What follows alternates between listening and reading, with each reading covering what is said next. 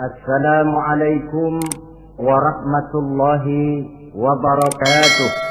Waalaikumsalam warahmatullahi wabarakatuh. Bismillahirrahmanirrahim.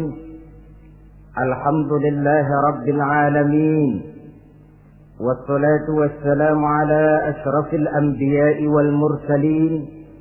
Sayyidina wa maulana وحبيبنا وشفيعنا محمد وعلى آله وأصحابه المجاهدين الطاهرين أما بعد. Saudara-saudara kaum muslimin rahimakumullah. Pada pertemuan kali ini kita akan membicarakan riwayat Nabi Allah Ibrahim alaihi salam. Beliau termasuk salah satu dari 5 orang rasul yang merupakan kelompok yang dikenal dengan ulul azmi, yaitu para rasul yang dinilai mempunyai kelebihan di dalam keutamaan, ketabahan, keuletan, dan sikap istiqomah di dalam berjuang. Jumlahnya ada 5, yaitu Nabi Nuh, Nabi Ibrahim, Nabi Musa, Nabi Isa, dan Nabi Muhammad alaihi wassalatu wassalam. Sebagaimana yang kita maklum bahwa Nabi Allah Ibrahim alaihi salam lahir pada masa pemerintahan Raja Namrud laknatullah alaih. Namrud adalah figur yang lebih merupakan kekuatan daripada keadilan, lebih merupakan kezaliman daripada kebijaksanaan. Ia seorang raja yang memerintah secara sewenang-wenang, lalu dengan segala macam cara berusaha mempertahankan kekuasaannya. Itu sebabnya di hari-hari menjelang kelahiran Nabi Allah Ibrahim alaihi salam, entah oleh karena rasa takut dan khawatir akan munculnya orang-orang yang dapat menumbangkan kekuasaannya, entah karena bisikan ahli nujum atau dukun-dukun yang memang banyak mengelilingi istananya, ia memutuskan untuk membunuh seluruh bayi yang dilahirkan dalam bentuk laki-laki. Ini dilatar belakangi oleh kekhawatiran akan muncul seseorang yang dapat menghancurkan kekuasaannya, sebagaimana Fir'aun laknatullah alaih. Itulah sebabnya di zaman sebelum Nabi Ibrahim dilahirkan, Raja Namrud membuat peraturan. Apabila seorang ibu melahirkan bayi laki-laki, bunuh bayi itu. Seluruh perempuan hamil berada di bawah pengawasan aparatur negara, dan laki-laki dianjurkan untuk jangan dekat-dekat dengan istrinya guna menghindari terjadinya proses kehamilan ini. Entah berapa ratus bahkan berapa ribu bayi laki-laki yang jadi korban tanpa dosa dari sebab kelaliman pemerintahan Raja Namrud laknatullah alaih ini.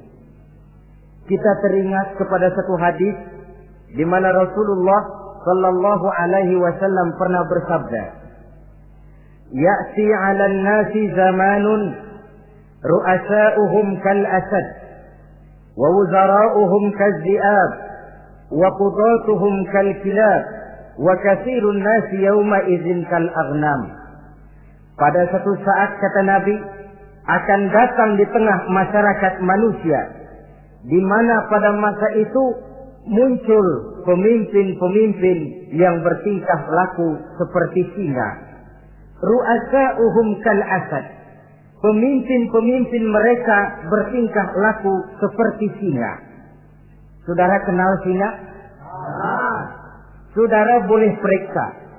Di mana ada hutan, singa selalu menjadi raja. Padahal hutan belum pernah bikin pemilihan umum. Tapi yang namanya singa tidak pernah peduli. Ada pemilihan atau tidak, raja hutan tetap singa. Kenapa? Karena singa menjadi raja di hutan bukan berdasarkan kebenaran, tapi karena kekuatan. Karena kuat, maka dia naik jadi raja. Soal benar atau tidak, soal lain.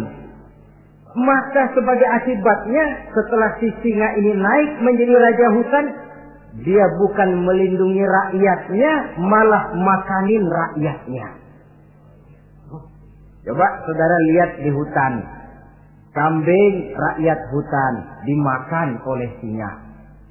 Ayam rakyat hutan dimakan oleh singa. Sapi rakyat hutan dimakan oleh singa. Inilah akibatnya karena singa naik berdasarkan kekuatan. Setelah naik bukan melindungi rakyatnya, malah makanin rakyatnya. Mental semacam inilah yang dimiliki oleh Raja Namrud laknatullah alaih. Cuma karena rasa ketakutan akan datang orang yang akan menumbangkan kekuasaannya, maka seluruh bayi laki-laki harus dibunuh tanpa dosa apapun. Itulah kata Nabi, akan datang di tengah masyarakat manusia muncul pemimpin-pemimpin yang mentalnya seperti singa. Nah, kalau yang jadi pemimpin sudah seperti singa, wa wuzara'uhum kazzi'ab. Yang jadi wazir, yang jadi menteri, kata Nabi, lagunya seperti serigala. Nyetel ini, tapi serigala. Apa serigala itu? Saudara tahu dalam dongeng anak-anak, serigala itu kan binatang yang paling licik. Untuk terang-terangan dia tidak berani karena tidak punya kekuatan seperti sang singa. Maka dia pakai ilmu kelicikannya. Serigala itu kalau ingin makan daging ayam, pakai bulu ayam. Kalau kepengen makan daging kambing, pakai bulu kambing. Pendeknya, serigala binatang yang menghalalkan segala macam cara asal tujuan tercapai. Itulah serigala. Lambang dari sifat kelicikan. Lempar batu, sembunyi tangan. Pengen makan daging ayam, pakai bulu ayam, nyaruh jadi ayam. Pengen makan daging kambing, pakai bulu kambing, nyaruh jadi kambing. Ini akibat dari yang pertama tadi. Pemimpin seperti singa, lalu menteri pun seperti serigala. Efeknya kemudian yang segera menyusul apa? Wa qudatuhum kal kilab. Kalau pemimpin sudah seperti singa, menteri sudah seperti serigala, wa qudatuhum kal kilab, akan muncullah para penegak hukum yang mentalnya seperti anjing. Inna lillahi wa inna ilaihi raji'un. Penegak hukum yang mentalnya seperti anjing itu. Anjing, saudara lihat, anjing akan setia kepada siapa saja yang memberinya daging. Kalau dia disuruh jaga rumah, dia tidak bisa membedakan mana yang maling, mana yang tamu. Biar yang datang tamu, kalau nggak bawa apa-apa, pasti digonggong. Biar yang datang maling, kalau bawa daging, anjing kalem. Pokoknya siapa yang berdaging, itulah majikan saya. Apa kata majikan saya, itulah yang saya laksanakan. Maka hilang kebenaran hukum, hancur norma-norma keadilan. Oleh karena apa? Oleh karena anjing dapat daging. Lalu dalam kondisi semacam itu, yang jadi rakyat bagaimana? Kata Nabi, wa katsirun nas yauma idzin kal aghnam. Adapun kebanyakan orang pada masa itu, lagunya sudah seperti kambing. Saudara, kambing itu binatang yang cuma menang groyokan dan tidak punya alternatif. Namanya kambing, digiring ke lapangan embe. Betul kan? Digiring ke kuali embe. Dikasih makan rumput embe. Sampai pun mau dipotong, masih embe juga. Tidak punya pilihan lain si kambing ini. Tidak punya alternatif lain. Kondisi semacam inilah yang terjadi di masa pemerintahan Raja Namrud laknatullah alaih. Oleh karena diiming-iming, dibisiki oleh dukun-dukunnya, oleh nujum-nujum yang mengelilingi istananya, bahwa akan datang seorang anak laki yang kelak akan menumbangkan kekuasaannya, dia mengeluarkan peraturan. Ya peraturan singa. Mulai saat ini diumumkan kepada seluruh rakyat, siapa-siapa perempuan melahirkan bayi laki-laki, bunuh hidup-hidup. Seluruh orang bunting di bawah pengawasan Hansip negara. Dan mulai malam ini, supaya semua kaum bapak jarang-jarang tidur sama istrinya. Namanya peraturan Namrud.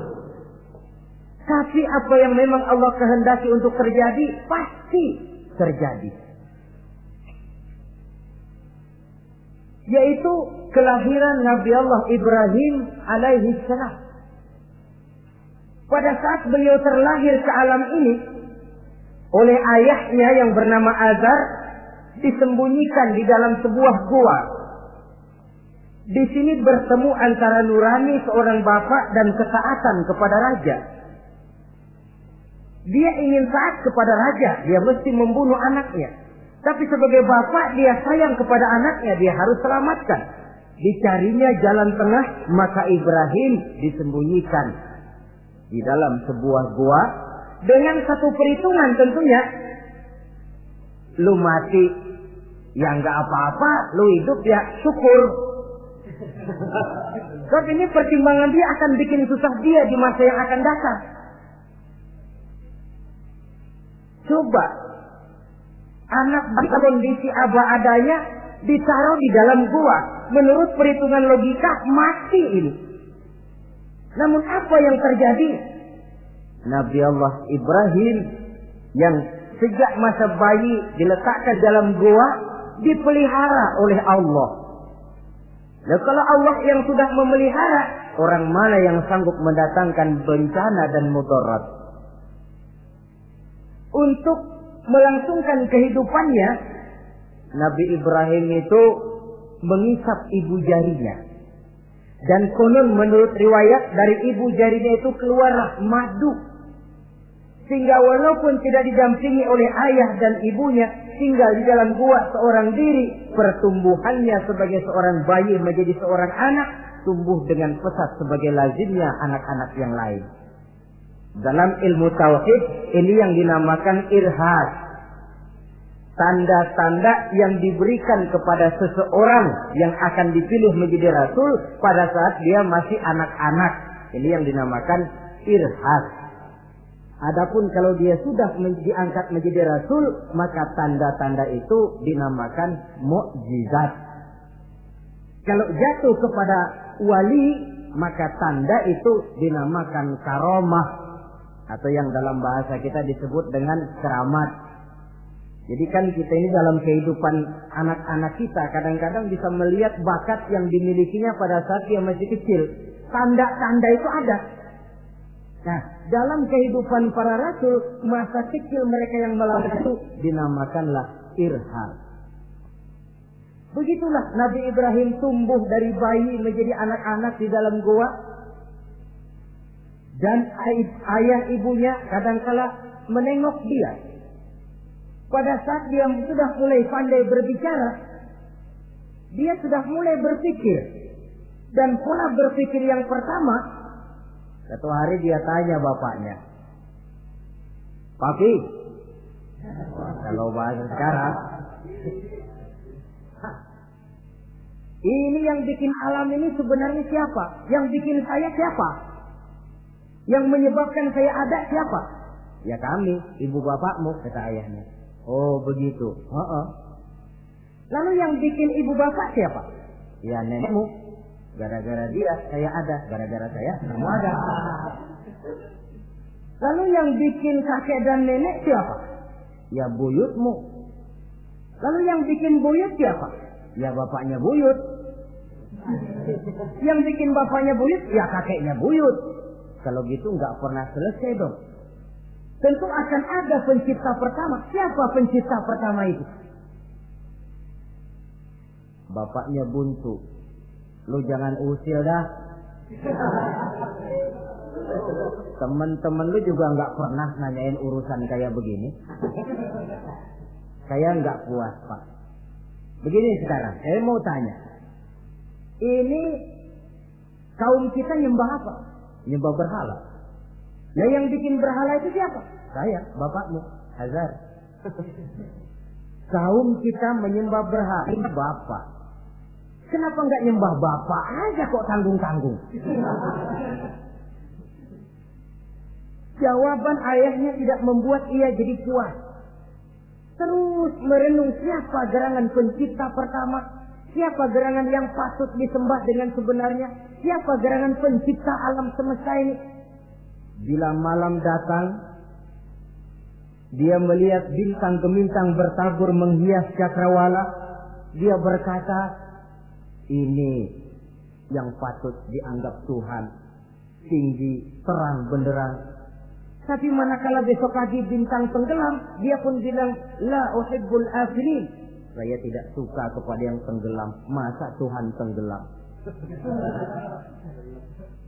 Ketika malam datang, bulan pun terbit. Nah, ini barangkali yang Tuhan. Ini lebih besar dari yang semalam. Tapi bila bulan pun terbenam, lagi-lagi dia bilang Tuhan tidak mungkin terbenam. Lalu bila matahari terbit, nah ini enggak salah lagi. Ini lebih gede dari yang dua-dua kemarin. Ini pasti Tuhan. Dan manakala matahari terbenam, dia pun berkata, Tuhan tidak akan pernah terbenam. Perjalanannya mencari Tuhan ini bisa saudara baca dalam surah Al-An'am ayat 76 sampai dengan ayat 79.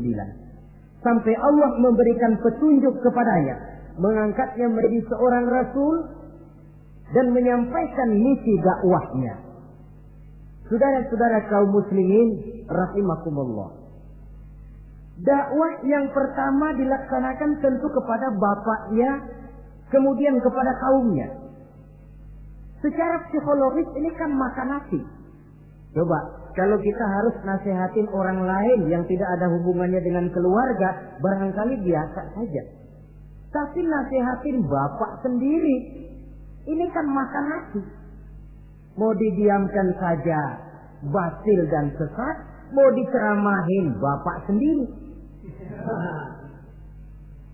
Tapi bapak tinggal bapak. Kewajiban melaksanakan dakwah jalan terus. Ini berarti bahwa tugas amar ma'ruf dan nahi munkar memang tidak mengenal posisi. Begitulah saudara-saudara, sampai kepada satu hari Nabi Ibrahim melaksanakan dialog dengan kaumnya. Saudara-saudara, hadhihi tamathil allati antum laha akifun. Surah Al-Anbiya ayat 51. Saudara-saudara, berhala-berhala ini yang bapak saya yang buat, inikah yang selama ini tuan-tuan sembah? Kaumnya menjawab, qalu wajadna aba'ana laha abidin. Iya, sebab nenek moyang kami, nenek moyang kita juga dulu nyembah itu. Bagaimana nenek moyang kita, begitulah kita. Jawab Nabi Ibrahim, laqad kuntum wa aba'ukum fi dhalalin mubin. Sebenarnya kamu dan nenek moyangmu sama, borongan satu gerbong sesat. Kok kamu ngikutin nenek moyang kamu? Mereka enggak berpikir, kamu enggak ikut berpikir. Mereka sesat, kamu ikut sesat. Kamu sudah hidup di satu zaman yang maju sekarang ini. Kenapa mau kembali ke zaman nenek moyang dulu? Menyembah berhala yang nyata-nyata tidak sanggup mendengar, tidak sanggup melihat, tidak sanggup memberikan manfaat mudarat. Pokoknya kalau kamu tidak tinggalkan berhala-berhala ini, satu saat pasti akan saya sikat dan saya hancurkan. Jadi saudara-saudara, prinsip dakwah itu memang tentu harus bil hikmah wal mau'izatil hasanah, dengan bijaksana dan dengan nasihat-nasihat yang baik. Tapi kalau sudah mencegah suatu kemunkaran, kata Nabi, man ra'a minkum munkaran falyughayyirhu biyadihi. Siapa di antara kamu yang melihat suatu kemunkaran, hendaklah dia berusaha merubah dengan kekuatan tangannya. Kalau dengan tangannya dia tidak sanggup, fabilisani, hendaklah dengan lidahnya.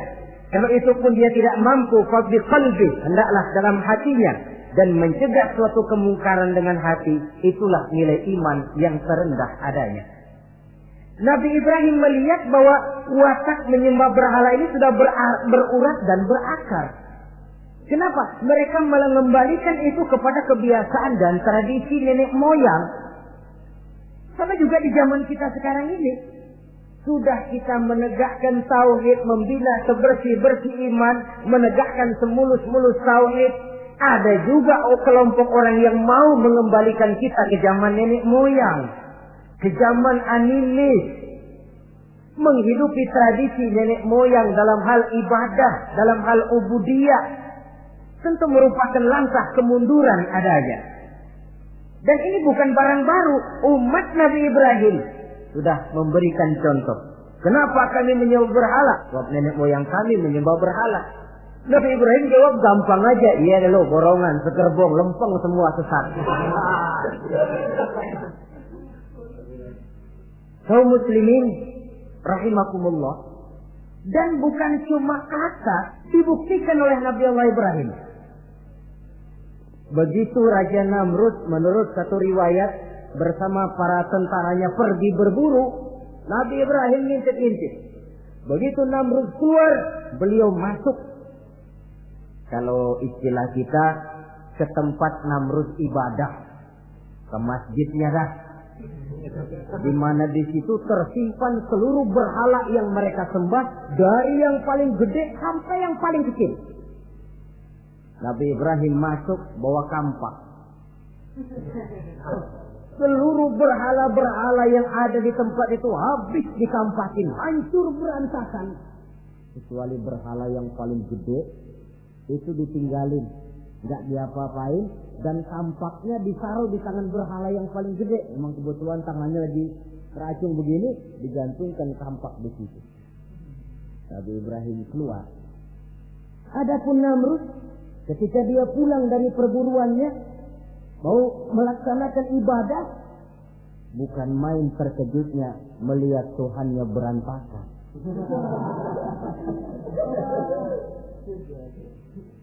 Waduh, ini celaka kerjaan siapa ini? Dikumpulkan para intel negara, staf-staf khusus. Ini ada super ship masuk kemarin, mengganggu stabilitas peribadatan kita. Ini mesti dicari siapa biang keroknya ini. Cari sampai ketemu siapa yang menghancurkan Tuhan-Tuhan kita ini. Intel pun disebar. Ada yang ke kota, ada yang ke desa, ada yang pokoknya ke seluruh penjuru. Sampai ada yang desas-desuskan. Tuan Raja, bagaimana? Saya dengar selentingan berita. Berita apa? Pada waktu Tuan Raja pergi berburu, seorang anak muda bernama Ibrahim masuk ke tempat ibadah kita. Barangkali dia yang menghancurkan patung-patung kita. Kalau begitu cari, tangkap Ibrahim, tangkap. Panggil kepala intel. Dipanggil. Kamu cari orang namanya Ibrahim, tangkap. Kok ditangkap? Tangkap. Sebab menurut berita dia yang menghancurkan berhala-berhala kita. Ya tapi kan belum ada buktinya, Pak. Soal bukti gampang, belakangan, yang penting tangkap aja dulu.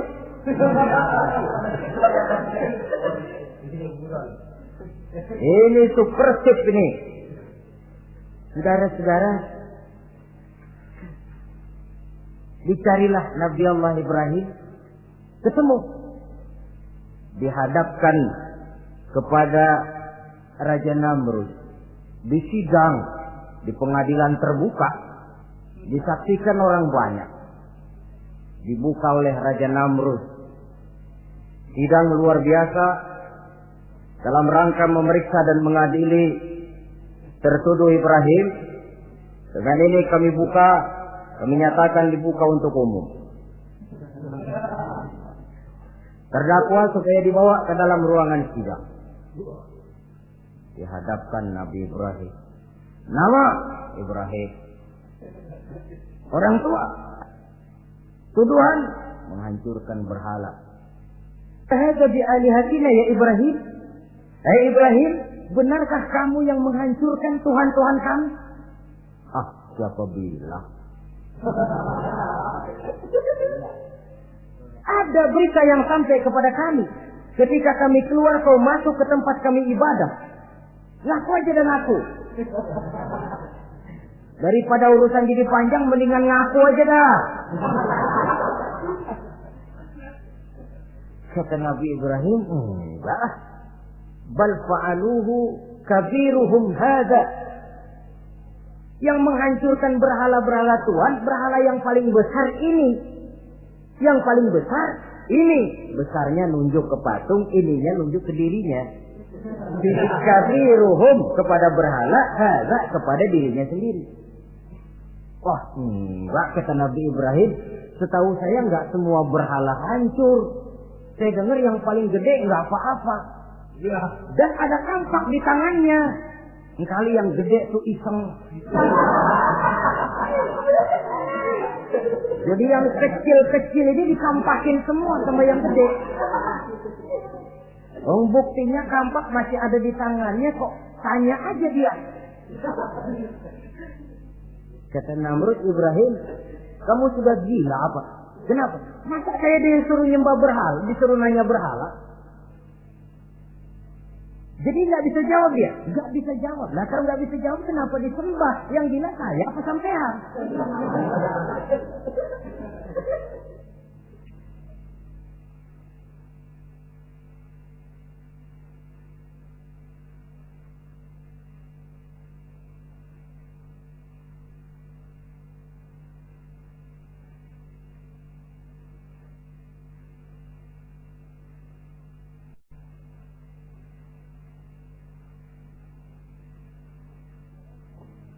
Merasa tidak sanggup menghadapi argumentasi yang diajukan oleh Nabi Allah Ibrahim, Namrud salap. Dalam kesalapannya itulah ia menjatuhkan vonis bahwa Nabi Allah Ibrahim dihukum bakar hidup-hidup. Pada hari yang ditentukan, dikumpulkanlah kayu bakar sebanyak-banyaknya, sehingga merupakan timbunan besar yang menyerupai sebuah bukit kecil. Apabila segalanya telah siap, kayu bakar itu pun disulut orang, dan api mulai menjilat ke sana kemari, makin lama makin besar, makin lama makin besar, sehingga tentara Namrud bingung. Ini Ibrahim bagaimana ngebakarnya? Kalau kita anterin ke api, kitanya ikut angus, dilemparin gak mungkin sampai. Lalu mereka menemukan akal, dibuat semacam lentingan busur panah. Kalau istilah kita di kampung kayak selepetan begitu. Sehingga Nabi Ibrahim dilemparkan dan tepat jatuh di tengah kobaran api yang menggunung. Namrud tentu saja memandang dengan perasaan puas. Segenap konco-konco dan antek-anteknya melihat dengan hati yang lega.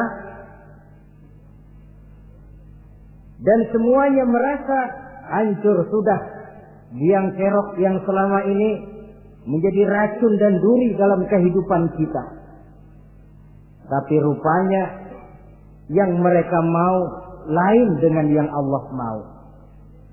Ketika Nabi Allah Ibrahim hampir masuk ke tengah kobaran api yang menggunung itu, datanglah perintah Allah kepada api.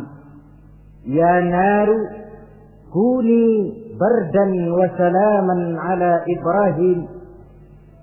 Hai api, dinginlah kamu, selamatkan Nabi Ibrahim.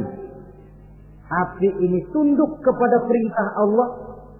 Ia pun dingin, sehingga Nabi Ibrahim di tengah kobaran api yang menggunung, seujung rambut pun tidak terbakar, malah kedinginan di tengah kobaran api. Lalu api ini dari besar makin lama makin kecil, makin lama makin kecil, akhirnya padam. Yang ada tinggal tumpukan arang dan debu. Kata Namrud, mampus lo Ibrahim, rasain. Barangkali istilah kita nih, makan pencarian lo. Pakai bertingkah mencaci maki Tuhan kami, menghancurkan berhala-berhala. Sekarang rasakan hasil usahamu. Sorak-sorai pun kedengaran. Begitu lagi sorak-sorak dari tumpukan abu dan arang itu gerak-gerak. Kerusak. Kok ini ada arang bergerak-gerak? Rupanya dilihat-lihat, makin lama makin nyata, Nabi Ibrahim keluar dari tumpukan arang dalam keadaan utuh, tidak kurang satu apapun. Sebenarnya andai kata Namrud mau menggunakan akalnya, saat itu dia tentu menemukan satu hal yang luar biasa. Satu kebesaran yang kalau dia mau merenung akan sampai kepada kekuasaan yang serba maha. Tapi karena ketika itu hatinya sudah dipenuhi nafsu, ditutupi oleh kesombongan, dia buta terhadap kenyataan itu. Kaum muslimin rahimakumullah, akhirnya Nabi Allah Ibrahim ini diteror langsung oleh orang tuanya. Kata abahnya, "Aradibun anta an alihati ya Ibrahim? Ibrahim, kau benar-benar tidak senang kepada Tuhan-Tuhan kami, berhala-berhala ini? La illam tantahi la arjumannaka wahjurni maliya." Kalau engkau tidak berhenti, hai Ibrahim, tidak berhenti memperkenalkan Tuhan seru sekalian alam, tidak berhenti mencela dan mencaci bahkan menghancurkan berhala-berhala kami, la arjumannaka, akan kami rajam kamu. Iya, kalau raja yang ngancam begini, orang tua beliau sendiri ngancam begini. Itulah tantangan dakwah, saudara-saudara. Kita melaksanakan dakwah ini tempo-tempo berhadapan dengan penguasa yang mentalnya macam Namrud. Tempo-tempo berhadapan dengan orang kaya yang pelitnya macam Qarun. Tempo-tempo berhadapan dengan orang tua yang mentalnya macam Azar. Orang tua yang kaku, yang tidak mau terbuka terhadap kenyataan. Istilah di kampung kita, orang tua yang laceng. Tahu laceng? Udah salah kenceng. Sulit benar menerima pembaruan yang membawa umat kepada masalah-masalah yang memang nyata lebih baik dia. Itulah tantangan di dalam melaksanakan tugas dakwah, dan ini dihadapi oleh Nabi Allah Ibrahim. Ayahnya terakhir memberikan tekanan, kalau kau tetap melaksanakan misimu, tidak engkau mau berhenti dari tugas dakwah ini, awas Ibrahim, la arjumannaka, akan aku rajam, akan kami lontari kau dengan batu, wahjurni maliya, pergi kamu dari sini. Ya Allah, diputuskan hubungan. Kalau memang engkau berkeras dengan tugas dakwahmu, persilakan Ibrahim keluar, pergi saja dari sini. Diusir oleh orang tuanya sendiri. Inilah hidayah, saudara-saudara. Oleh sebab itu, tugas utama kita kaum muslimin sebenarnya bukan mengislamkan orang, tapi menyampaikan Islam. Tugas kita ialah menyampaikan Islam, bukan mengislamkan orang. Sebab orang mau Islam atau tidak, itu urusan hidayah dari Allah. Jangankan kita, Nabi Ibrahim tidak sanggup mentauhidkan ayahnya Azar. Nabi Nuh tidak bisa mengislamkan putranya Kan'an. Bahkan Nabi kita Muhammad sallallahu alaihi wasallam pun tidak bisa memberikan hidayah kepada Abu Jahal dan Abu Lahab. paman Nabi, orang tua Nabi, anak Nabi, istri Nabi sekalipun, hidayah tidak diberikan kepada mereka, mereka tidak terpanggil mengikuti kebenaran. Kalau sudah kenyataan ini yang kita temui, kembalilah kepada konsep Quran. Allahumma inni qad ballaghtu, wahai Allah, seruanmu sudah saya sampaikan, dakwahmu sudah saya canangkan, ajakan kepada tauhid sudah saya sampaikan. Allahumma inni qad ballaghtu, sudah saya sampaikan ya Allah. Perkara mereka tidak mau ikut, itu karena semata-mata hidayah berada di tanganmu ya Allah. Kalau kemarin landasan dakwah kita, insya Allah tugas dakwah kita berkelangsungan. Kalau tidak, makan hati. Kita pikirin, ya orang gua ajak benar-benar nggak mau, ya dipikirin. Saya ajak ngaji malah dikasih maki, saya ajak yang baik malah saya dicemoohkan. Kok begini dakwah? Akhirnya dipikirin, sakit jantungan. Sudah orang nggak kena kita ajak beriman, kita sendiri makan ke dalam. Itulah Quran meletakkan konsepsi dasar, sampaikan dakwah dengan baik, bil hikmah wal mau'izatil hasanah wajadilhum billati hiya ahsan. Kalau ternyata metode sudah baik tapi orang tidak juga mau beriman, tanamkan dalam hati, Allahumma inni qad ballaghtu. Ya Allah, tugas saya cuma sekedar menyampaikan. Perkara mereka tidak mau, saya sudah menyampaikan ya Allah, terserah hidayahmu. Kelapangan jiwa akan kita temui di sana. Entah berhadapan dengan penguasa yang punya mental kayak Namrud, bertingkah laku sewenang-wenang, aji mumpung, mentang-mentang kuasa lalu saenake dhewe, menghitamkan yang putih, memutihkan yang hitam menurut seleranya saja. Entah berhadapan dengan orang kaya yang punya mental seperti Qarun, makin kaya tapi makin bakhil, atau berhadapan dengan orang-orang tua yang punya tingkah laku seperti Azar. Diperlukan sikap lapang dada untuk menyampaikan risalah Islam ini. Terhadap reaksi keras dari abahnya ini apa? Kata Nabi Ibrahim, surah Maryam ayat 47 menjelaskan, Salamun alaika, sa'astaghfiru laka rabbi, innahu kana bi hafiyya, wa'atazilukum wa ma ta'buduna min dunillah. Kalau memang begitu Abah, Salamun alaika. Oke Abah, selamat jalan. Marilah kita tempuh jalan kita masing-masing. Saya memang anak Bapak, tapi tauhid adalah prinsip. Allah Tuhan saya. Ini prinsip. Kalau Bapak tidak mau mengikuti seruan saya, padahal saya sayang kepada Bapak, saya cinta kepada Bapak, saya tidak ingin Bapak bersekutu dengan setan. Saya tidak ingin Bapak menemani setan di dalam neraka. Saya ingin menyelamatkan Bapak. Tapi ini rupanya vonis Bapak. Hendak merajam saya, mengusir saya dari sini. Oke, Bapak. Salamun alaika. Selamat jalan. Sa'astaghfirullah. Saya akan memohon ampun kepada Allah untuk Bapak. Memohon ampun. Jadi walaupun dalam Islam kita berbeda akidah dengan orang tua, tetapi kewajiban untuk berbakti tidak menjadi putus karenanya.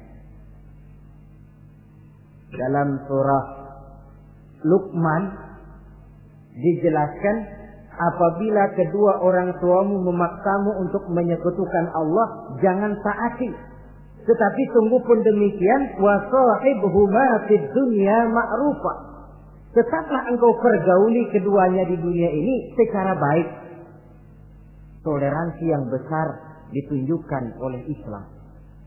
Dan lebih besar lagi dilaksanakan oleh Nabi Allah Ibrahim. Sungguh pun Bapak sudah mengusir saya, menolak mentah-mentah ajaran tauhid, tetap juga menyembah berhala, tetap juga bersekutu dengan setan. Saya akan memohonkan ampun kepada Allah untuk Bapak. Wa atazilukum. Saya akan menjauhkan diri dari apa yang Bapak sembah, dari apa yang kaum kita sembah selain daripada Allah. Bapak menyembah berhala, kaum kita ini menyembah berhala. Wa a'tazilukum. Saya akan menyingkir dari semua itu. Selamat jalan Abah. Istilah kita goodbye my dear. Ini jalan yang membedakan saya dengan Abah. Jalan tauhid dan jalan syirik. Di sini kita harus berpisah. Walaupun dengan berat hati kita berpisah. Jadi keluarga dan akidah punya garis yang jelas. Umumnya, ya walaupun baik tapi memang harus ditingkatkan.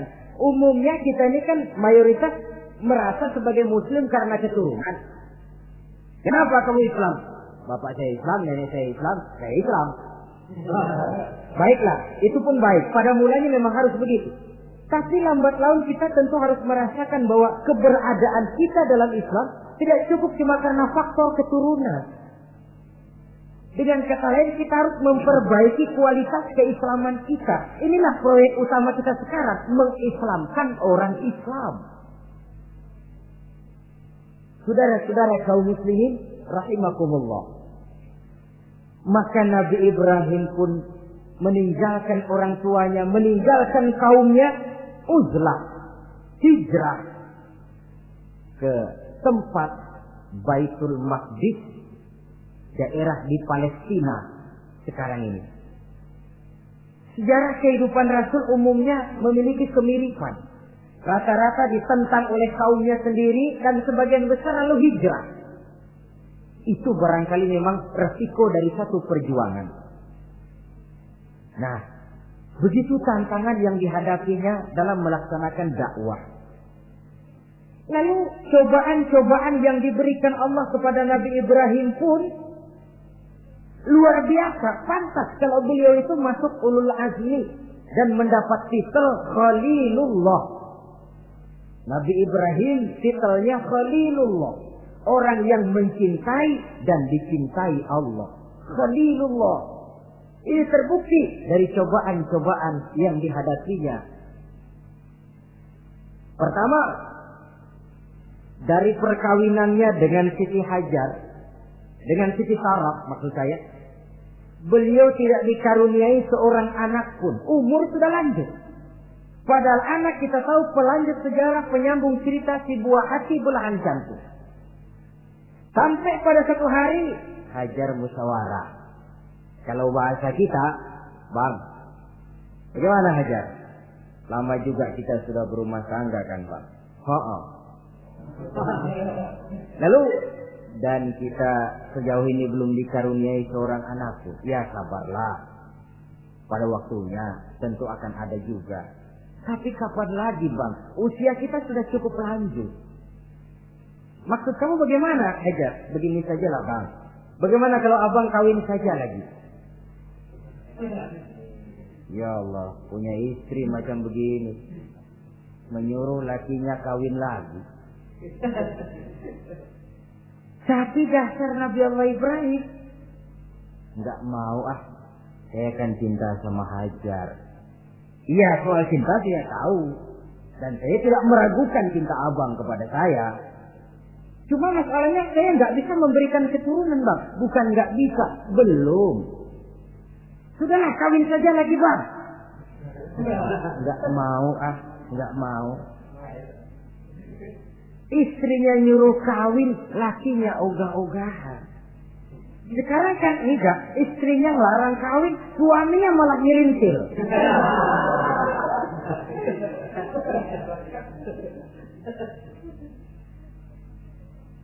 Sampai ketika didesak kata Ibrahim, ya kalau itu yang Sarah Hajar mau, biarlah, jadilah. Saya mau kawin lagi dengan syarat kau yang mencarikan istri untuk saya itu. Oleh Siti Hajar dipilihkan Siti Sarah. Kawinlah Nabi Ibrahim dengan Sarah.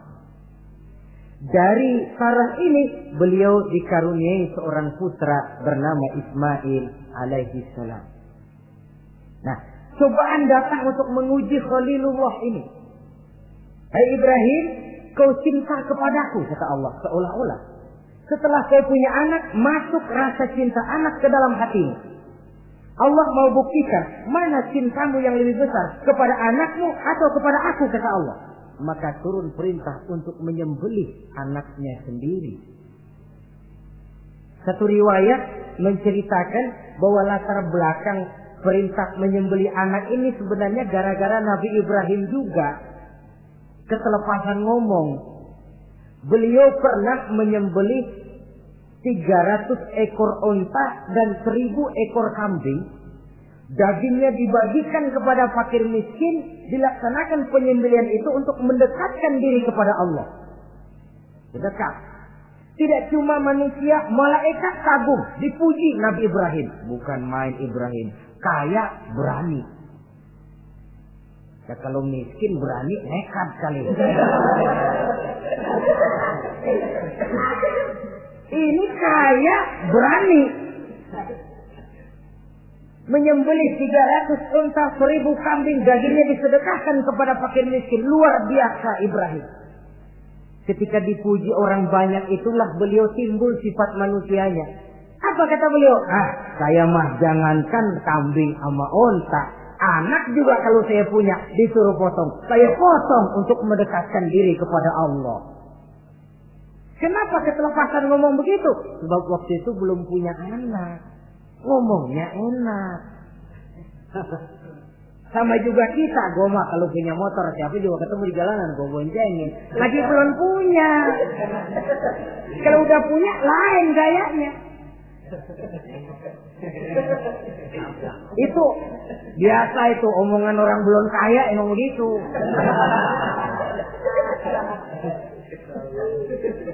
Saudara-saudara, sehingga omongan yang beliau sudah lupa bertahun-tahun bahkan puluhan tahun ini. Begitulah ketika sudah punya anak Ismail, falamma balagha ma'ahu sa'ya, ketika Ismail sedang lucu-lucunya dalam tidurnya mimpi turun perintah, ya Ibrahim uffi binuzrika. Hai Ibrahim, bayar nazarmu. Nazar? Iya. Apa nazar? Dulu pernah ngomong apa, ingat enggak? Jangankan cuma kambing, unta, anak pun kalau punya disuruh potong, saya potong. Jadi anggap nazar. Bayar nazarmu, potong anakmu. Dipikirin siangnya, semalam itu benar-benar perintah Allah apa cuma ngimpi? Kalau ngimpi kok jelas amat. Kalau perintah Allah kok kelewatan amat. Pakai anak disuruh potong, emang gak ada yang lain apa? 3 malam berturut-turut mimpi sampai beliau yakin ini memang benar perintah Allah. Dan dilaksanakan dengan berat hati. Pagi-paginya bilang kepada Siti Sarah, Sarah, Ismail mandikan, berikan pakaian yang baik, saya mau bawa pergi dia. Kemana bang? Pokoknya mau saya bawa. Berangkatlah anak beranak ini menuju salah satu bukit di daerah Mina. Ketika duanya sudah mau berangkat, iblis sibuk bukan main. Ini cobaan loh. Orang kalau mau ibadah, Pak, iblis paling gatal. Segala macam cara mereka lakukan agar orang jangan ibadah. Ini Ibrahim mau membuktikan cintanya kepada Allah. Ya Allah, lihatlah. Walaupun saya sudah punya anak, cinta saya kepadamu lebih besar ya Allah. Walaupun perintah ini menyembelih leher anak sendiri, saya potong karena melaksanakan perintahmu. Iblis ribut. Mula-mula dia bisikin Nabi Ibrahim. Hei Ibrahim, kau lihat anakmu di belakang itu.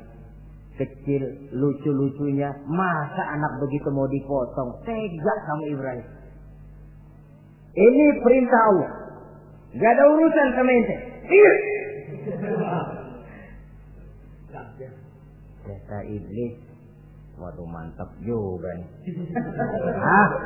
Kalau suaminya gagal, istrinya kali. Biasanya perempuan perasaannya lebih tinggi daripada pikirannya. Ini Siti Sarah barangkali, kalau Siti Hajar barangkali, kalau saya perdayai bisa terpedaya. Hajar, ya. Kamu tahu anakmu Ismail mau dibawa kemana? Saya tidak tahu. Mau dipotong oleh suamimu Ibrahim. Mau dipotong. Dipotong. Kok bisa begitu? Iya, katanya ini perintah Allah. Iblis, Kalau memang ini perintah Allah, jangankan cuma anak saya Ismail, saya juga ibunya mau ikut dipotong. Wah, kata iblis nih gilaan lagi dari laki. Saya kira karena perempuan bisa barangkali dilemahkan semangatnya, saya tidak. Ismail nih masih kecil kali ini, gampang dikelecehin. Ismail, kau mau dipotong oleh ayahmu? Dipotong. Kok bisa begitu? Katanya perintah Allah. Kalau memang ini perintah Allah, saya siap. Iblis mau ngomong lagi, Nabi Ismail ngambil batu disambitin iblis.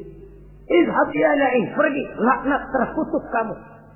Nyambitinnya itu sampai sekarang jadi ikutan dalam salah satu pelaksanaan ibadah haji yang disebut zumrah, melontar.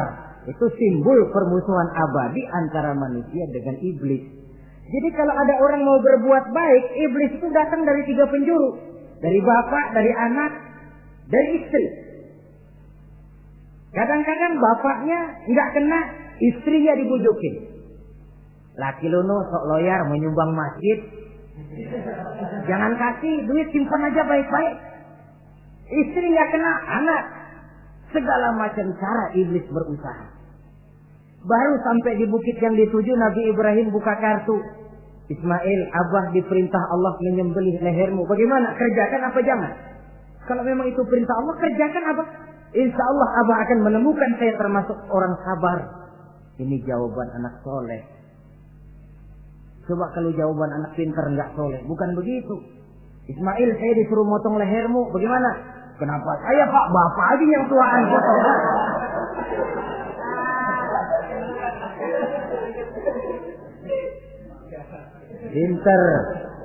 Pinter, tapi nggak soleh ya begitu itu, minteri jadinya.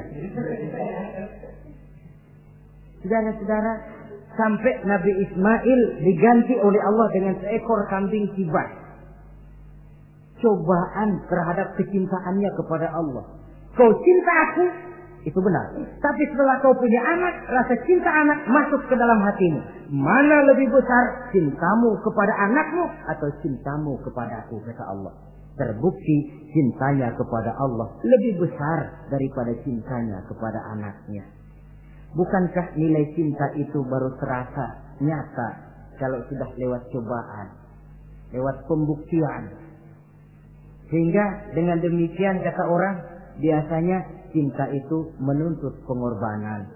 Berani bercinta, berani berkorban. Jangan takut berkorban, nggak usah cinta-cintaan.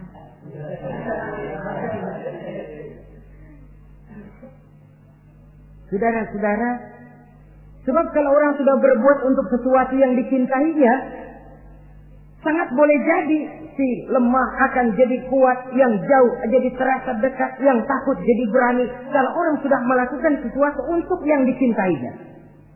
Seorang bapak karena cintanya kepada anaknya, dia rela pergi pagi pulang sore, peras keringat banting tulang supaya hari depan anaknya lebih baik daripada dia. Seorang suami yang cinta kepada istrinya, tidak soal dia kepanasan dan kehujanan, mencari yang sulit-sulit yang diinginkan oleh istrinya. Contoh paling dekat saja, kalau istrinya sedang mengidam, biar tengah malam buta minta mangga dan gak musim mangga, rusak-rusak suaminya cari mangga. Cinta memang membuat yang jauh jadi terasa dekat. Lalu cobaan lain ketika turun perintah melaksanakan khitan. Umur beliau menurut riwayat Abi Daud sudah umur 80 tahun. Di zaman belum ada pisau cukur, silet, gunting, kulit sudah alot.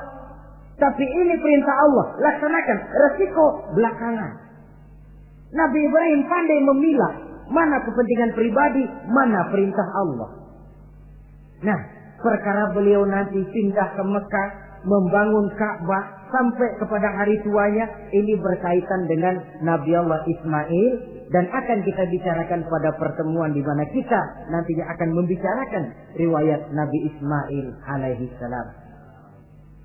Untuk riwayat Nabi Ibrahim, walaupun serba singkat, hingga ini sajalah dahulu, dan mudah-mudahan menjadi tamsil, ibarat dan contoh yang bisa kita jadikan pegangan di dalam kehidupan kita sehari-hari. Terima kasih banyak atas segala perhatian. Mohon maaf atas segala kekurangan.